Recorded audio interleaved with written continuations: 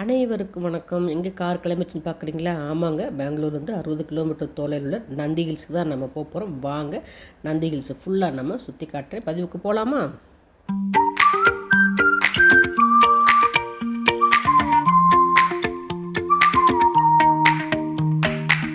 பெங்களூர்லேருந்து 60 கிலோமீட்டர் தொலைவில் இருக்கிற நந்தி மலைக்கு தான் நம்ம இப்போ போக போகிறோம். இந்த நந்தி மலையினுடைய வரலாறை நம்ம காரில் போய்கிட்டே இருக்கும்போது உங்களுக்கு நான் சொல்கிறேன். ஏன்னா இந்த காரில் போகும்போது நிறைய சினிமா பாட்டு, சூப்பர் பாட்டெல்லாம் 90s பாட்டு பாடிட்டு இருந்துச்சு. எதையுமே போட முடியாது, ஏன்னா எல்லாமே காப்பி ரைட் வந்துடும். அதனால் உங்களுக்கு காரில் போகும்போதே உங்களுக்கு நான் வரலாறு சொல்லிடுறேன். இந்த உங்களுக்கு நந்தி மலையில் மலையே நந்தி மாதிரி உருவத்தில் இருக்கும். ரொம்ப அருமையாக இங்கே கிளைமேட்டு சூப்பராக இருக்கும். இங்கே ஐடி ஃபீல்டில் ஒர்க் பண்ணுறவங்க பெங்களூரில் எல்லோரும் அவங்க மார்னிங் ரைடு மாதிரி இங்கே டிஃபன் சாப்பிட்டுட்டு சூரிய உதயம், அதாவது சன்ரைஸ் பார்த்துட்டு கிளம்புவாங்க. சனி ஞாயிறுனா அவ்வளோ கூட்டமாக இருக்கும் இந்த இடத்துல நாங்கள் முதல் நாள் மதியமே வந்துவிட்டோம். ஏன்னா இங்கே ஸ்டே பண்ணி அடுத்த நாள் சூரிய உதயம் பார்க்கலாம் அப்படின்னு சொல்லிட்டு ரொம்ப ஆசையினால் முதல் நாளே இங்கே தங்கிட்டோம். இங்கே நெஹ்ரு பவன் அப்படின்னு இருக்கும். அந்த இடத்துல தங்கிட்டு தான் நாங்கள் காலைல உங்களுக்கு சூரிய உதயம் நான் உங்களுக்கு காட்டுறேன். இந்த இடத்துல நந்தி துர்கா அப்படின்னு இந்த மலைக்கு ஒரு பேரும் இருக்குது. இந்த மலையிலேருந்து நிறைய ஆறுகள் இங்கே பிறப்படமாக இருக்குது. பாலாறு, தென்பண்ணை, சித்ராவதி, நிறைய ஆறுகள் இந்த மலையிலேருந்து பிறக்குதுன்னு சொல்கிறாங்க. இது கடல் மட்டத்திலேருந்து 4750 அடி உயரத்தில் அமைந்துள்ளது. இந்த நந்தி மலையில் கிளைமேட் தான் ரொம்ப முக்கியம். ஒரே மாதிரியாக இருக்கும். நல்லா கொடைக்கானல் மாதிரி குளுன்னு இருக்கும். இங்கே ஆங்கிலேயர்கள், திப்பு சுல்தான்கள் அவங்க ஆட்சியில் எல்லாமே இங்கே ஓய்வெடுக்கிற ஒரு இடமா இந்த இடம் இருந்திருக்குது. கிட்டத்தட்ட கொடைக்கானல் மாதிரி தான். கொடைக்கானல்லையும் அதே மாதிரி தான். எல்லோரும் அங்கே ஆங்கிலேயர்கள்லாம் ஓய்வெடுப்பாங்க. நம்ம நிறைய சினி ஃபீல்டில் இருக்கவங்களாம் இருப்பாங்க இல்லையா, ஓய்வெடுக்கிறதுக்கு நிறைய பங்களா வாங்கி போட்டிருப்பாங்க. அந்த மாதிரி இந்த இடமும் அப்படி தான். ஆனால் அவ்வளோ பெருசாக இருக்குது. ஓரளவுக்கு இந்த நம்ம சுற்றி பார்க்குற அளவுக்கு இந்த நந்திமலை இருக்கும். அந்த பெரிய ஒரு மதில் கோட்டை, அந்த நுழைவாயிலை தாண்டி தான் நம்ம உள்ளே போகணும். ஒரு கார் தான் உள்ளே போக முடியும், இன்னொரு கார் வர முடியாது. அந்த அளவுக்கு இருக்கும் இதனுடைய வளைவு. நம்ம அதை தாண்டி தான் உள்ளே போகணும். ஏன்னா ஃபுல்லாக திப்பு சுல்தான் கோட்டை தான். உங்களுக்கு மதில் சுவர் எல்லாமே நம்ம இந்த இடம் தான். கார் இதுவரை தான் வரும், பஸ்ஸு இதுவரை தான் வரும். கூட்டம் இல்லாத சமயத்தில் தான் காரை மேலே அலோவ் பண்ணுவாங்க. நம்ம கூட்டம் இல்லாத சமயத்தில் போனாலும் நாங்கள் அப்படியே மேலே ஏற ஆரம்பிச்சிட்டோம். கீழே அந்த இடத்துல பஸ் இருந்துச்சுங்களா, மினி பஸ் மாதிரி அதுதான் சென்டர் பாயிண்ட். அங்கே இருந்து நடந்து வருவாங்க, ட்ரெக்கிங் மாதிரி வருவாங்க, பைக்கில் வரவங்க வருவாங்க. காரெல்லாம் அங்கேயே நிப்பாட்டிடுவாங்க. இப்போ நம்ம அப்படியே மேலே நம்ம ஏறி போய்கிட்டே இருக்கோம். உங்களுக்கு அவ்வளோ அழகாக இருக்கும். மார்னிங் மிஸ்ட்டு காட்டுறேன் பாருங்கள். மிஸ்டில் எதிர்த்தாப்பில் வர்றவங்களே நமக்கு தெரியாது. இங்கே இருக்கிற எல்லாமே திப்பு சுல்தான் அவங்களால் கட்டப்பட்டது சொல்கிறாங்க. இந்த இடம் இங்கே ஒரு 2 சிவன் கோயில் இருக்குது. ஒரே சிவன் கோயில் தான், 2 கருவறை இருக்கும்.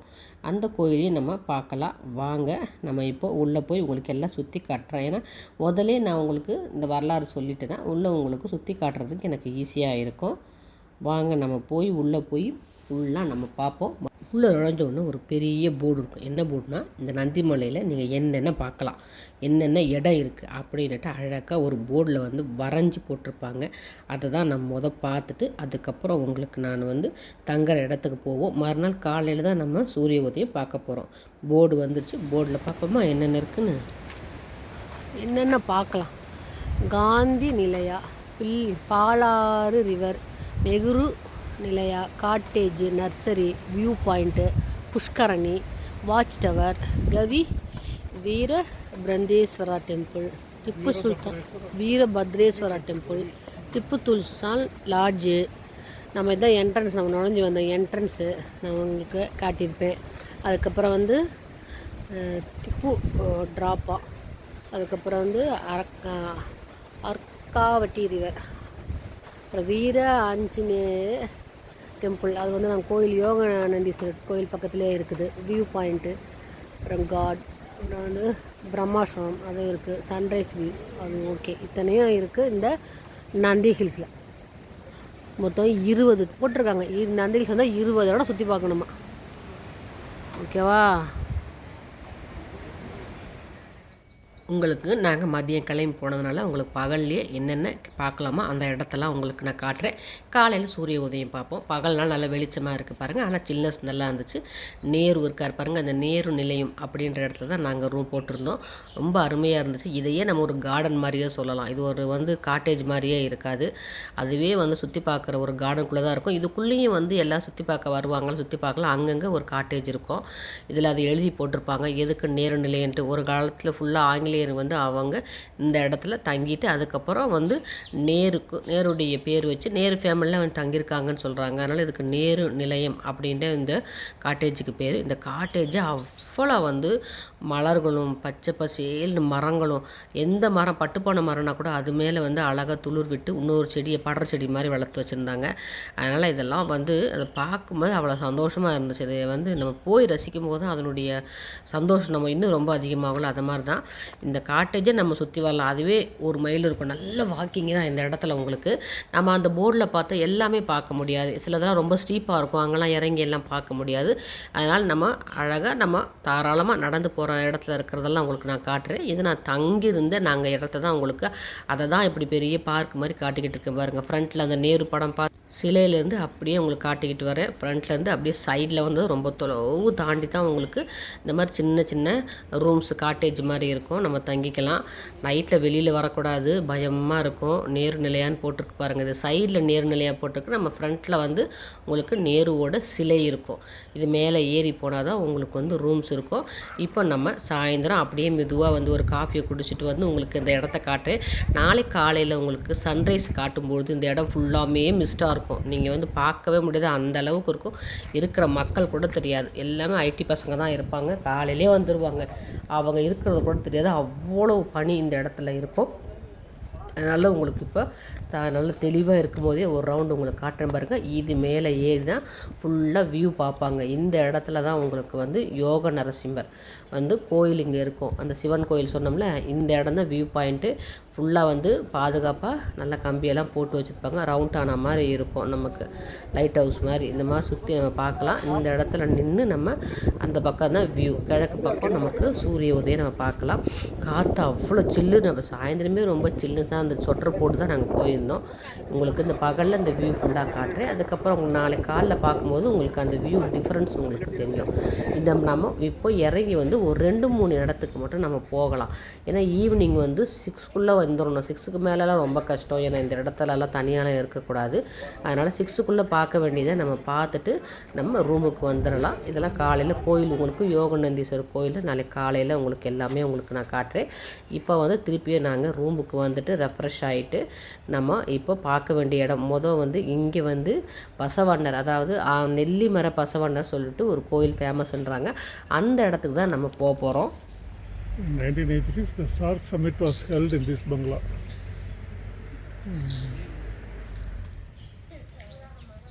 அப்புறம் தான் பேர் வச்சுருக்காங்கன்னா இட் ரீநேம்ட் அஸ் நேரு நிலையா.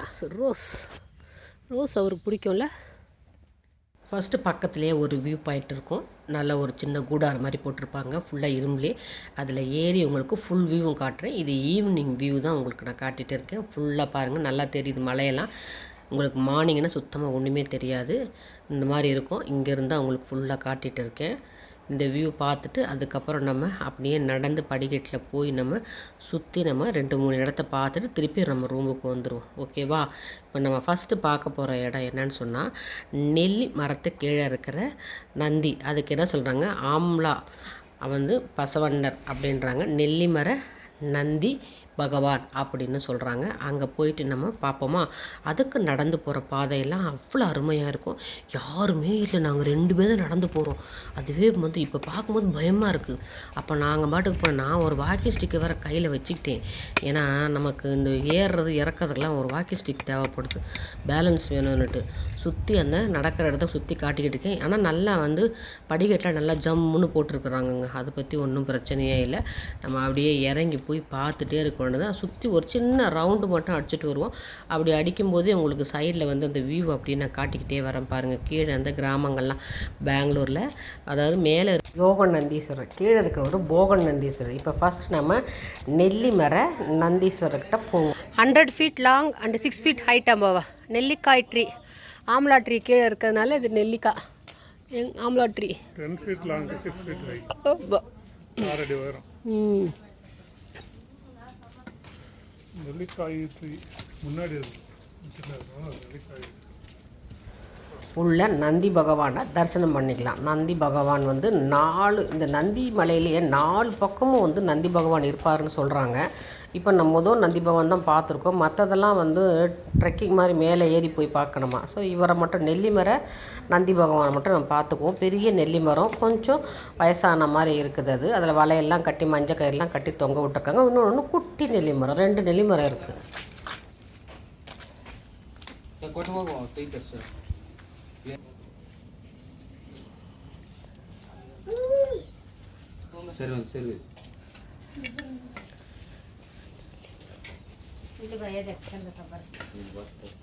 சரி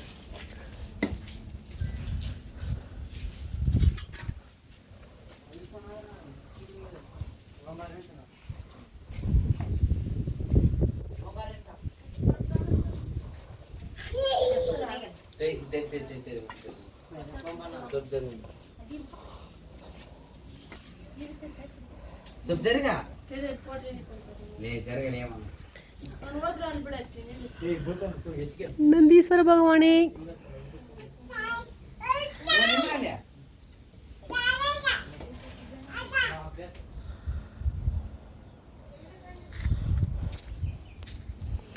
இது நிறைய நெல்லி மரம், நெல்லி இலை பற்றியா, நெல்லி இலை நல்லா தொழுத்துருக்கு நெல்லி இலை. இங்கே ஒரு சின்ன குகை மாதிரி இருக்குது. அந்த குகையில் வந்து சித்தர்கள்லாம் மகான்கள்லாம் வந்து தியானம் பண்ணதாக அங்கே வந்து கன்னடத்தில் எழுதி வச்சுருந்தாங்க. அந்த மலையும் காட்டுறேன் பாருங்கள். மச்சமுனி மாதிரி இருக்குது. நம்ம ஊர் திருப்புறம் மச்சமுனி மாதிரியே இருக்குது. சரி, நம்ம நெல்லி மரம் நந்தி பகவானை கும்பிட்டுட்டு அப்படியே அடுத்து நமக்கு பாலாறு ஆர்ஜனை இங்கேருந்து உங்களுக்கு காட்டுறேன் பாருங்கள். நம்ம கடந்து வந்த பாதையை இதுதான் நம்ம கடந்து வந்த பாதை. அப்படியே நம்ம இப்போ நேராக அடுத்து பாலாறு வந்து உருவாகிற ஒரு இடத்துக்கு தான் போக போகிறோம். எல்லா இடத்துலையும் நாங்கள் தனியாக தான் போய்கிட்டு இருக்கோம். இது பகல்னால பயம் தெரியலை. ஆனால் இப்போ பார்க்கும்போது ஆஹா இப்படியெல்லாம் போயிருக்கோமா அப்படின்ட்டு ஒரு பயம் இருக்குது. 2 பேர் தான் நடந்து போய்கிட்டு இருந்தோம். அங்கே பாருங்கள், சைடில் அப்படியே அந்த வியூ காட்டுறேன் பாருங்கள் உங்களுக்கு. கீழே நந்தி மலைக்கினுடைய கீழே, ஆனால் மேலேருந்து பார்க்கும்போது இந்த மலை வந்து நந்தி மாதிரியே இருக்கும். ஒருவேளை நந்தீஸ்வரர் நந்தி வர்க்கமோ என்னன்னு தெரியல. ஓகே, நமக்கு ரிஷி மூலம் நதி மூலம் ஆராயக்கூடாது. நல்லா அங்கங்கே வந்து சிமெண்ட்டாலான உட்காரத்துக்கு ரெஸ்ட் எடுக்கிறதுக்கு நல்லா சிமெண்ட்டான சேரெல்லாம் இருந்துச்சு. உட்காந்து ரெஸ்ட் எடுத்துக்கலாம். நாங்கள் என்ன ரொம்ப இருட்டிச்சுன்னா பார்க்க முடியாதுன்ட்டு நாங்கள் உட்காரவில்லை.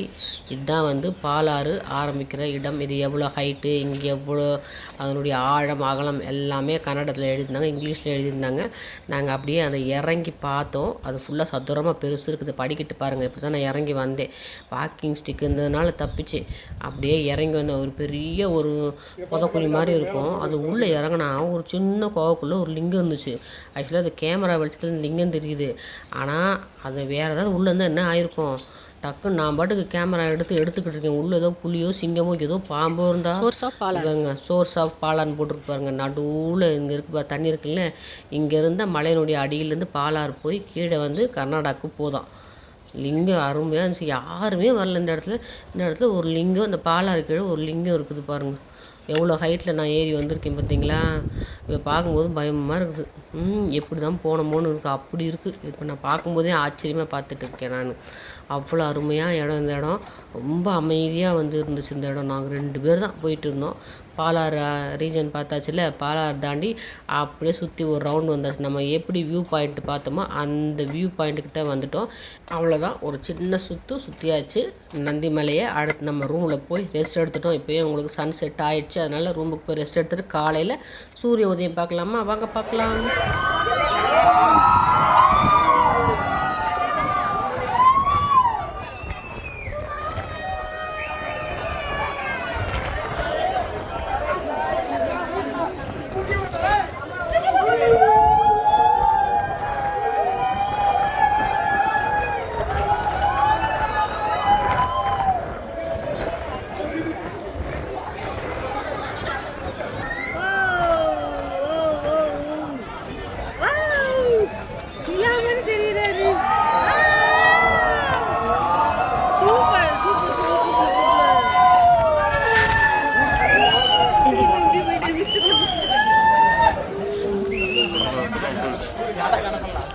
அப்படியே வராது பாருங்க.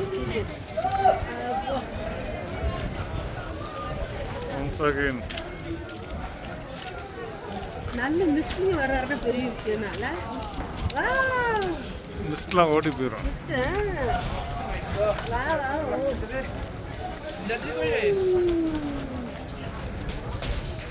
இது எப்படி போகுது? ஸ்டார்டிங்லேருந்து கீழே வரணும்.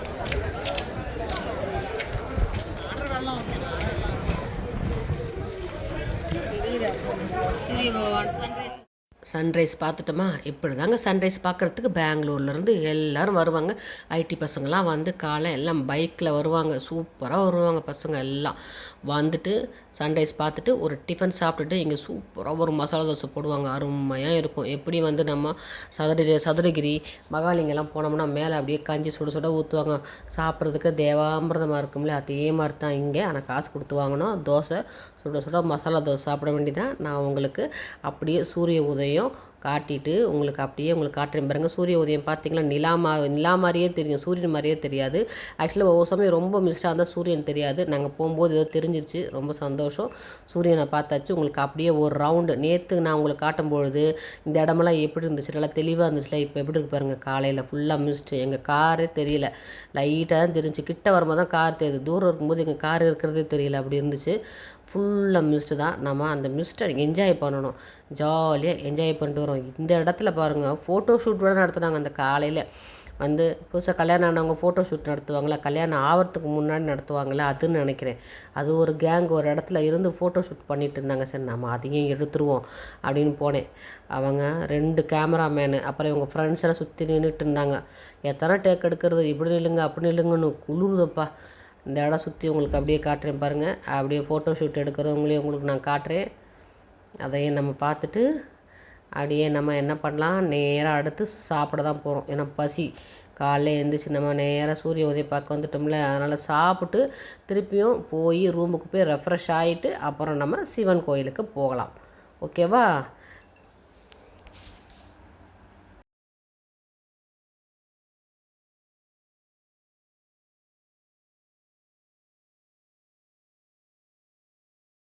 இப்போவே கொஞ்சம் கொஞ்சம் விடிய ஆரம்பித்து நல்லா வெளிச்சம் வர ஆரம்பிச்சிருச்சு. அப்போ உங்களுக்கு மிஸ்டெல்லாம் மறைஞ்சிட்டு மேகங்கள் வந்து நல்ல மழையை தொட்டுக்கிட்டு போகுங்க. மேகத்தை நம்ம தொடலாம், வெண் மேகத்தை அவ்வளோ அழகாக நம்ம தொடலாம். ஒரு வெள்ளை மழை பொழிகிறது அப்படின்னு பாட்டு கூட பாடலாம், அவ்வளோ அருமையாக இருக்கும். இன்னும் ஐடி பசங்க யாருமே கிளம்பல, எல்லாருமே அந்த சூரியன் உதயத்தை வந்து ரசிச்சுக்கிட்டு அங்கேயே உட்காந்துருக்குறாங்க. எல்லாம் நிறைய ஃபோட்டோஸு செல்ஃபிஸு வீடியோஸ் தான். இங்கே பாருங்கள் மேகம் இதெல்லாம் வந்து அப்படியே மலையை தொட்டுக்கிட்டு கையில் தொடலாம். வேலி போட்டிருக்காங்க, அப்படியே தரையில் படர்ந்து போய்கிட்டு இருக்கு இந்த மேகமெல்லாம். வந்து வானத்தில் இல்லை கிடையாது, உங்களுக்கு தரையில் போகிறது தான் உங்களுக்கு அப்படியே காட்டிக்கிட்டு இருக்கேன் என் கேமராவில். அதாவது கேமராவோட நேராக பார்த்தாவே நல்லா இருக்குது. கேமராவில் வந்து சொன்னால் தான் தெரியும். இங்கே பாருங்கள் மேகம் போகுது, தரையை தொட்டுக்கிட்டு போகுது அப்படின்னு சொல்லிட்டு. சரியா சொல்கிறதுனால நீங்கள் பார்த்துக்கோங்க. நம்ம அப்படியே பார்த்துட்டு நல்லா வெளிச்சம் வந்துடுது பாருங்கள். மிஸ்ட்டு வந்து கொஞ்சம் கொஞ்சமாக குறைய ஆரம்பிச்சிச்சு. அப்படியே நம்ம மக்கள் அனைவரும் ஐடி பசங்க எல்லாம் அப்படியே கொஞ்சம் கொஞ்சமாக கலைய ஆரம்பிக்கிறாங்க. எப்படி பாருங்கள், அப்படியே வெள்ளை மழை பனி. அதாவது இது பனி கிடையாது, இது வந்து வெண்மேகம் தான், பனி கிடையாது. பனியெல்லாம் போயிடுச்சு. இப்போது வெண்மேகம் அப்படி டென்ஸாக மலை மேலே அப்படி உரசிக்கிட்டு அப்படி நிற்கிது. சில இடத்துல அப்படி நிற்கிது, சில இடத்துல நகருது. காற்றடிச்சு தான் நகரும்னா காற்று வரல. அதனால் அருமையாக அந்த சீனரி எடுக்கிறோம். அதுக்கப்புறம் பசி சாப்பிட்டு தான் நம்ம இப்போது யோகநந்தீஸ்வரர் கோயிலுக்குள்ளே போகிறோம்.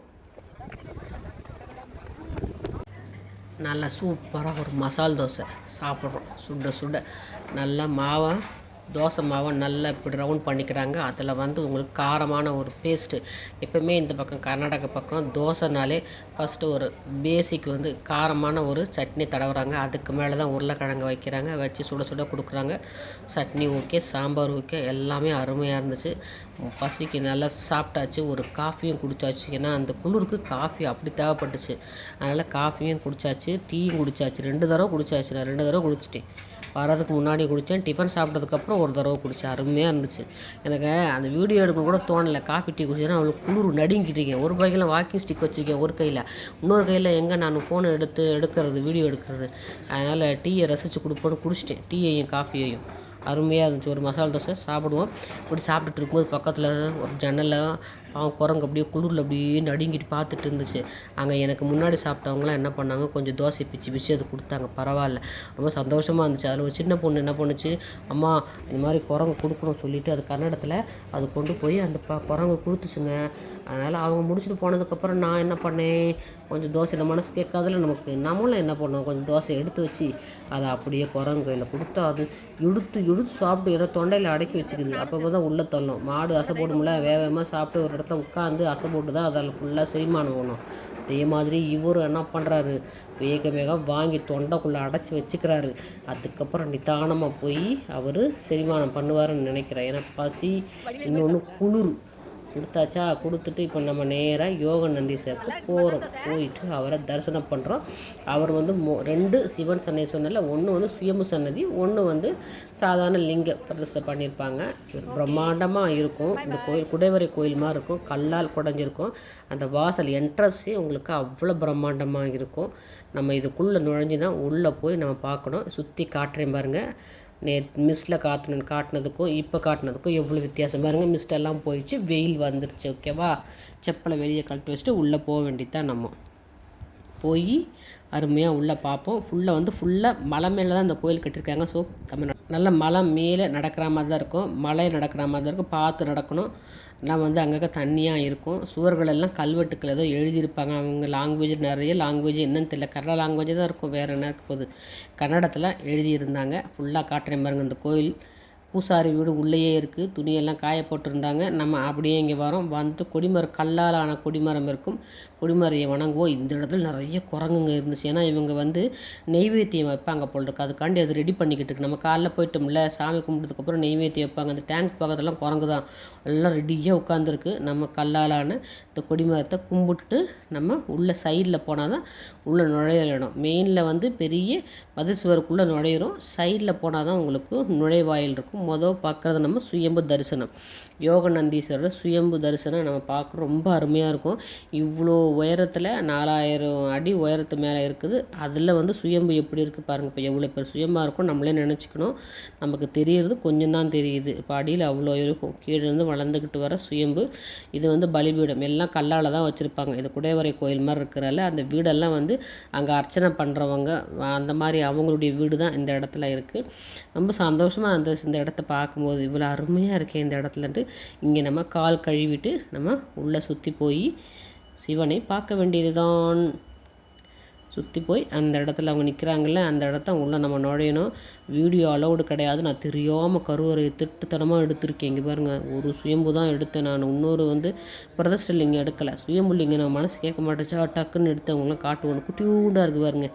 எவ்வளோ ஒரு மேடை மேலே நாகரோட சுயம்பு லிங்கம் தெரியுதுங்களா, சின்னதாக இருக்கும், அழகாக இருக்கும். தரிசனம் பண்ணிக்கோங்க யோகநந்தீஸ்வரர். அப்படியே நம்ம வெளியே வந்தோம்னா குட்டி தெய்வங்கள்லாம் அங்கே இருக்கும். சப்த கன்னியர் இருப்பாங்க, நந்தி இருப்பார். நான் அப்படி கேமரா கீழே வச்சே, நான் தெரியாமல் கையில் வச்சே காட்டினால அப்படி கீழே தெரியுது நந்தி.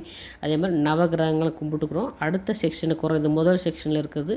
அடுத்த செக்ஷனுக்கு நம்ம வரோம்.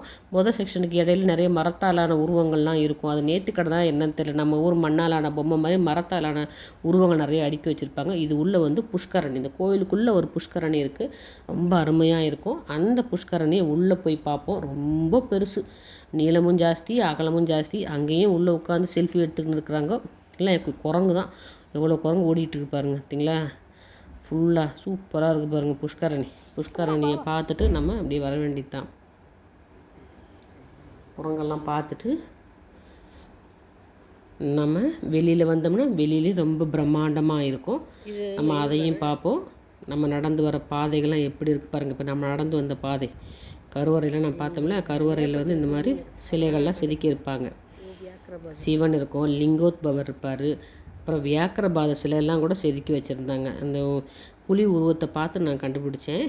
அப்படியே சுற்றி வந்துட்டு நம்ம இதுக்குள்ளே வரும்போது பார்த்து வரும். தரையெல்லாம் எப்படி இருக்குது பாருங்கள், மேடு பள்ளமாக ஃபுல்லாக மலை மேலே கட்டியிருக்காங்க. திப்பு சுல்தான் காலத்தில் பண்ணியிருக்காங்க, ஆங்கிலேயன் காலத்துலேயும் பண்ணியிருக்காங்க. நிறைய அங்கங்கே தூண்கள் சப்போர்ட்டுக்கு வச்சுருக்குறாங்க. ஃபுல்லாக வந்து சுண்ணாம்பால் வேயப்பட்ட கூரைகள் சொல்லுவாங்களா, அந்த மாதிரி தான் இருந்துச்சு. அப்படி அந்த இடத்துல உக்காந்து அழகாக அப்படியே ரசித்தாச்சு. சுற்றி உங்களுக்கு காட்டுறேன் பாருங்கள், தனியாக இருக்குது. நம்ம அந்த வழியாக வந்து உள்ளே போனோம். இப்போ நம்ம சுற்றி வந்துட்டு இங்கே உட்காந்துருக்கோம். அப்படியே கொஞ்சம் நேரம் இந்த இடத்த ரசிப்போம். ரசித்து முடிச்சுட்டு அப்படியே நம்ம வெளியில் வருவோம். இவர் தான் யோகநந்தீஸ்வரர். 2 கருவறை, ஒரு கருவறை சுயம்புதான் உங்களுக்கு எடுத்து காட்டியிருக்கேன். மற்ற கருவறை எடுக்க முடியாது, அவ்வளோதான். அப்புறம் கேமரா பிடுங்கி வச்சுக்குவாங்க. திருப்பி வந்த வழியே நம்ம வெளியே செல்கிறோம். வெளியே சென்று அந்த பிரம்மாண்டத்தை உங்களுக்கு காட்டுறேன். அதுக்கப்புறம் நம்ம போகிறது ஒரு குட்டி கோயில் இருக்குது. அதுக்குள்ளே வீடியோ முடியலைங்க. குட்டியாக ஒரு வீர ஆஞ்சநேயர் கோயில் இருக்கும். 1000 வருடம் பழமையான கோயில் இருக்காங்க. இந்த மலை மேலே குட்டியாக ஒரு பள்ளத்துக்குள்ளே இருப்பார் ஆஞ்சநேயர். பார்க்கவே ரொம்ப சந்தோஷமாக இருக்கும். அந்த ஆஞ்சநேயரை மட்டும் தரிசனம் பண்ணிட்டு வீடியோ முடிச்சுக்கலாம். ஓகேவாங்க. கொஞ்சம் பெருசாக தான் போகுது வீடியோ. என்ன பண்ணுறது, ஃபுல்லாக உங்களுக்கு நந்தி ஹில்ஸ் காட்டணும்னு சொன்னால் கொஞ்சம் வீடியோ பெருசாக தான் போட வேண்டியது இருக்குது.